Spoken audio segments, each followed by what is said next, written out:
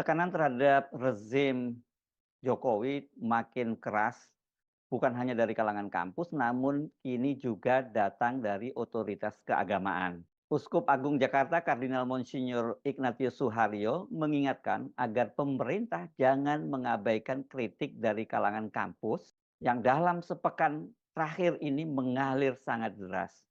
Belajar dari sejarah, termasuk sejarah kenabian, para penguasa yang tidak mau mendengarkan kritik itu bahayanya akan tumbang. Kalau dalam perspektif iman Kristiani, dalam sejarah itu selalu ada kerajaan.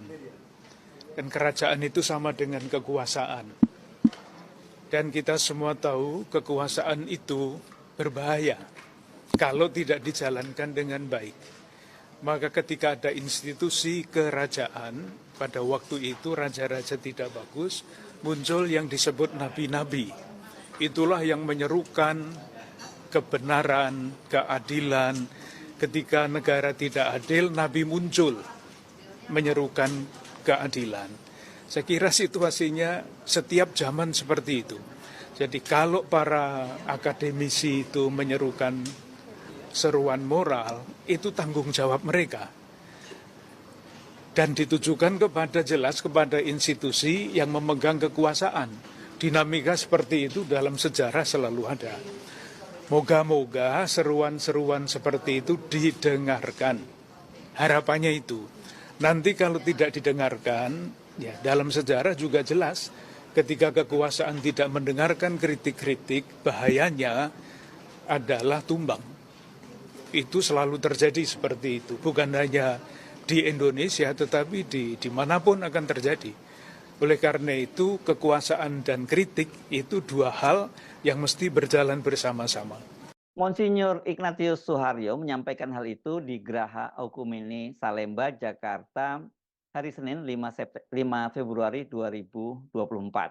Kendati tadi nadanya ketika menyampaikan itu secara datar, tapi pesan yang diucapkan oleh Uskup Agung Jakarta itu sangat keras. Terlebih lagi selama ini kita sangat jarang ya mendengar pernyataan semacam itu muncul dari seorang uskup di Jakarta. Ini Monsinyur Ignatius Suharyo itu selain seorang uskup, dia juga seorang kardinal. Ini jangan main-main dengan posisi ini ya. Dalam gereja Katolik ini seorang kardinal itu juga disebut sebagai biasanya sebagai pangeran raja. Dia dipilih bersama 12 orang lainnya oleh Paus Fransiskus di Vatikan pada tanggal 1 September 2019 sebagai seorang kardinal. Kardinal ini memang bukan hierarki ya di gereja Katolik, tapi dia disebut sebagai uskup spesial. Dan Ignatius Suharyo, Monsinyur Ignatius Suharyo ini menjadi kardinal atau uskup spesial ketiga yang pernah dimiliki oleh umat Katolik di Indonesia. Dua lainnya juga sangat terkenal dulu adalah Kardinal Justinus Darmoyono dan Kardinal Julius Dharma Atmaja. Dengan posisinya sebagai uskup yang bergelar kardinal, ini secara teknis itu, secara hierarki dia berhak dipilih menjadi paus berikutnya. Jadi dengan begitu suara dari Monsinyur Ignatius Suharyo ini tidak bisa dianggap sepele, apalagi dianggap cemen, sembarangan, ada muatan politis gitu ya.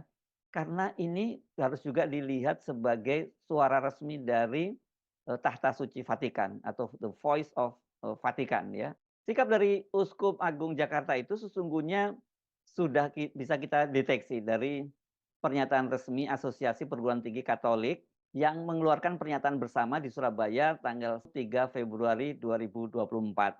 Tetapi kita tidak menduga kalau kemudian sampai ada ucapan resmi dari Uskup Agung ini.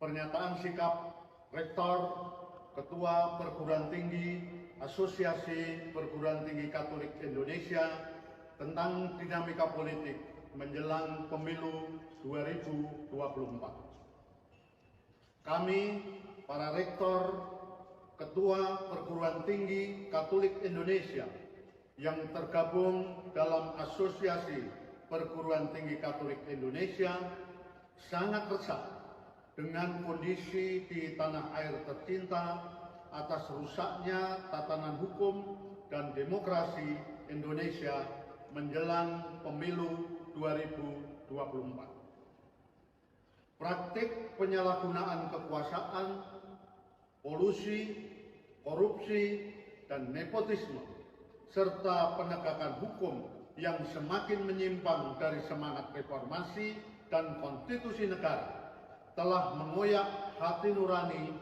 dan rasa keadilan bangsa Indonesia. Untuk itu, kami menyerukan kepada seluruh pihak yang berkepentingan terhadap terselenggaranya pemilu 2024 yang berkualitas, bermartabat, jujur, dan adil. 1. Presiden dan segenap jajarannya harus menyelenggarakan pemerintahan berdasarkan asas-asas pemerintahan yang baik serta memegang teguh sumpah jabatannya sesuai tugas pokok dan fungsinya untuk meningkatkan kesejahteraan rakyat Indonesia dengan memerangi kolusi, korupsi, dan nepotisme, serta melakukan penegakan hukum dengan tidak menggunakan sistem tebang pilih dan selalu menjunjung tinggi etika dalam bekerjanya. Sebelum muncul pernyataan dari Asosiasi Perguruan Tinggi Katolik yang mewadahi 24 perguruan tinggi di seluruh Indonesia itu, Rektor Universitas Katolik Sugio Pranoto Semarang, Ferdinandus Hindarto itu sempat didatangi oleh seorang petugas kepolisian dari Polrestabes Semarang. Ini belakangan kan ini pernyataan ini terungkap dari Pak Mahfud MD dan kemudian Rektor dari Unika Sugio Pranata dari Semarang itu kemudian memberikan keterangan kepada pers bahwa pada hari Jumat tanggal 2 Februari dia itu dihubungi oleh seorang polisi untuk membuat sebuah video yang berisi testimoni ya sanjungan atau pujian terhadap kinerja pemerintahnya Presiden Jokowi. Ketika itu Ferdinandus mengatakan dia minta maaf dan tidak mau membuat video semacam itu. Namun keesokan harinya pada hari Sabtu tanggal 3 Februari 2024, petugas kepolisian itu mengirim video-video contoh testimoni yang dibuat oleh rektor dari perguruan tinggi yang lain. Itu ada dari Universitas Jenderal Sudirman Purwokerto, dari Universitas Diponegoro Semarang, dari UIN Semarang, dan juga dari kampus swasta lainnya. Jawaban dari rektor, Pak Ferdinandus ini tetap sama. Jadi dia tetap menolak untuk membuat testimoni semacam itu. Dan petugas itu kemudian memohon dengan memelas, Pak, Mbok dikasihani saya. Dan pada waktu itu dijawab begini, saya tahu panjenengan menjalankan tugas, tetapi saya harus menghormati pilihan saya. Tolong hormati pilihan kami. Tidak putus asa, polisi tersebut kemudian masih menawar. Ya tidak perlulah membuat video, tapi cukup bikin pernyataan sambil diberi contoh. Ada salah satu rektor di Semarang yang membuat pernyataan, ya tertulis ini maksudnya, tidak dalam bentuk video. Namun permintaan itu tetap ditolak dan kemudian muncul itu tadi ya pernyataan sikap bersama, karena tanggal 3 itu kan pernyataan bersama di Surabaya oleh Asosiasi Perguruan Tinggi Katolik tadi.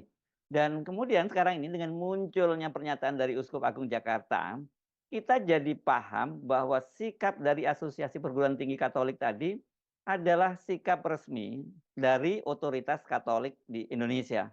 Nah, ini jadi seru ya. Ini Pak, saya kira ini kaitannya pernyataan dari Uskup Agung Jakarta ini merespon apa yang disampaikan oleh Istana, karena sebelumnya Istana kan melalui koordinator staf khusus Presiden, yakni Ari Dwi Payana itu yang menilai bahwa berbagai pernyataan dari para guru besar di berbagai perguruan tinggi itu sebagai manuver politik yang partisan. Dia menyebutnya ini melalui orkestrasi elektoral kalau nggak salah begitu nyebutnya ya. Dan pernyataan ini yang kemudian mengundang kemarahan dari para guru besar di berbagai perguruan tinggi, termasuk dari UGM, jadi Profesor Kuncoro, ya, guru besar di UGM yang membacakan petisi Bulak Sumur. Ini yang kemudian menjadi petisi itulah yang kemudian mendorong kampus-kampus lain juga kemudian membuat pernyataan sikap serupa. Hal yang sama juga disampaikan oleh Menteri Investasi Bahlil Lahadalia. Tetapi Bahlil menyatakan bahwa dia menghormati gerakan-gerakan itu. Nah ini yang jadi masalah, dia meyakini bahwa gerakan, dia yakin itu ada yang menggerakkan. Ini kata dia berdasarkan pengalaman dia sebagai mantan aktivis mahasiswa yang dulu juga sering demo-demo turun ke jalan. Itu kata Bahlil. Sikap dari Istana dan para Menteri Jokowi inilah yang tampaknya kemudian membuat Uskup Agung Jakarta, Monsinyur Ignatius Suharyo, mengingatkan bahayanya bila seorang penguasa tidak mau mendengar kritik. Bahasanya tadi itu bahasa ya bahasa kenabian ya, karena tadi menyatakan bahwa